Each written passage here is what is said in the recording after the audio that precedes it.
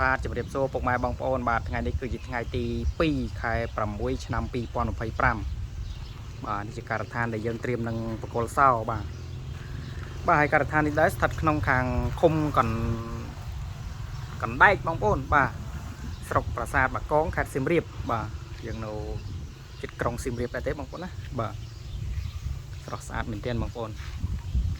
យើងរួចរាល់ 100% ហើយបងប្អូនបាទយើងចាំតែបកគលសោតែប៉ុណ្ណោះបាទតងនឹងការសម្អាតអីយើងរួចរាល់ 100% អស់ហើយបាទម៉ូតនេះពិតជាអំណាចមែនទែនបងប្អូនណាបាទនាំអារម្មណ៍បងប្អូនទៅទស្សនាខាងក្នុងទាំងអស់គ្នាបងប្អូនណាបាទនេះម៉ូតចិនដើបងប្អូន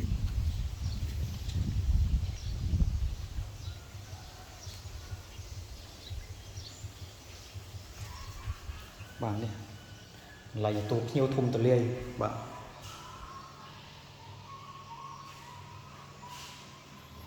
យើងចូលមកក្នុងចេះមកយើងមានបន្ទប់គេង3បាទយើងមកពាក់ដោយទ្វារឈើ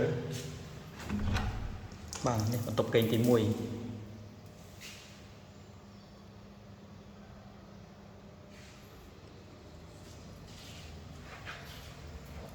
យើងមកជាបន្ទប់គេងទី2បងប្អូន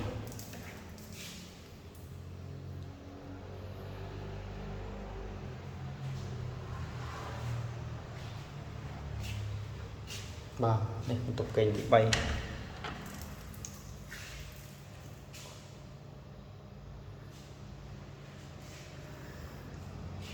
យើងងាកមកក្រោយមកយើងមានថាសចង្ក្រានបាយបាទ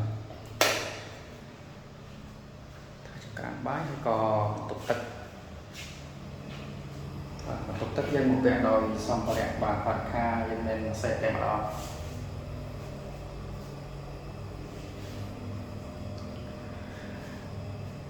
បាទបងប្អូនខាងខេត្តសៀមរាបមានចំណាប់អារម្មណ៍ចង់សាងសង់ហើយបងប្អូនអាចមើលដល់ទីតាំងបានបងប្អូនបាទ